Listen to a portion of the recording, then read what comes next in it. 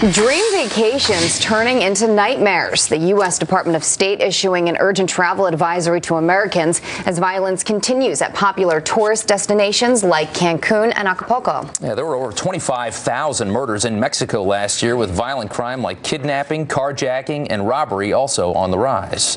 So how did these dream destinations become murder hotbeds? Joining us now is TravelPulse.com founder Mark Murphy. Thank you for joining us this morning. Thanks for having me. So give us an update on what's going on in Cancun from your perspective. So the State Department warning in regards to Playa del Carmen was the latest thing with the ferry. Yeah. Turns out that was a political attack based on a former governor. So it's very isolated. They've now walked that back, and there are certain areas, just like in New York City, or I have a home down in New Jersey. I don't go hang out in the middle of Camden at 3 o'clock in the morning. You don't go to certain areas that you know are hotbeds for either gangs or drugs. And there are areas outside of the tourist zones themselves that have that. Yeah. So that's what they want you to stay away from. Okay, so and we're talking about Cancun here, and obviously if you're a tourist, you're going into the resorts and you think that you're still reasonably safe. But let's look at another place like Acapulco. When I read this article earlier this week, I read some things that I didn't know, which is just how popular it once was. It was a place where the Kennedys honeymooned. It's where the Clintons honeymooned. It was the Rat Pack hung out there. Without it had its heyday, and now today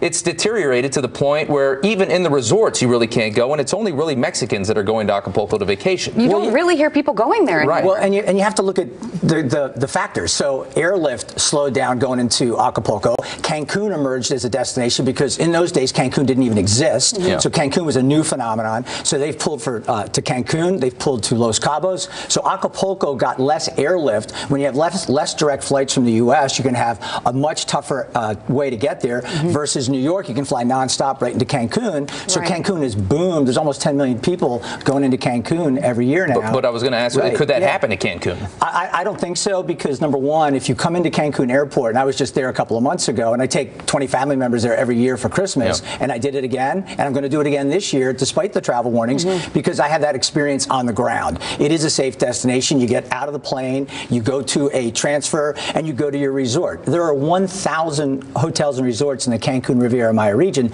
so there's tons of options, and you are if you go to those resorts, you'll find that there's a lot of security just to get into the resort, let alone to get to where the actual tourists are enjoying a vacation. So we do have some facts here, just so people are at home can be up to speed and know what we're talking about. Over 25,000 murders in Mexico in 2017.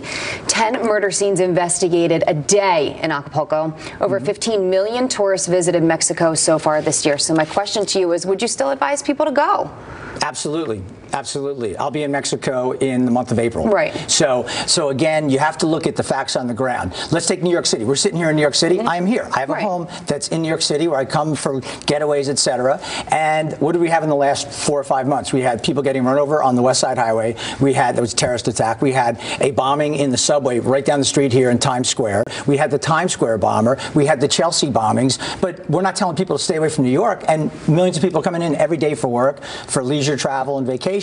So it's applying common sense to the actual problem, and you avoid it's and being aware. Exactly. Situational awareness is always key. Isn't this a little bit different, because we're not dealing with problems like a corrupted government and drug cartels buying out officials and doing. I mean, that is a general issue that affects everybody. Well, now in New York we don't have that problem. We have isolated incidents. Of course, and that is a problem, and the Mexican government has to address that, because there is corruption, and they have to take care of that. What that's impacting, to be frank, are the locals. So when you say murders in Acapulco, murders in Cancun, it's not murders in the tourist areas. It's murders where the locals live. It might be 10, 15 miles away from where any tourist would ever venture, and that's where it's happening. And I think the people that are getting impacted by that corruption, by those drug cartels, are the Mexican nationals there, not tourists. Last year, 20 million Americans went to Mexico.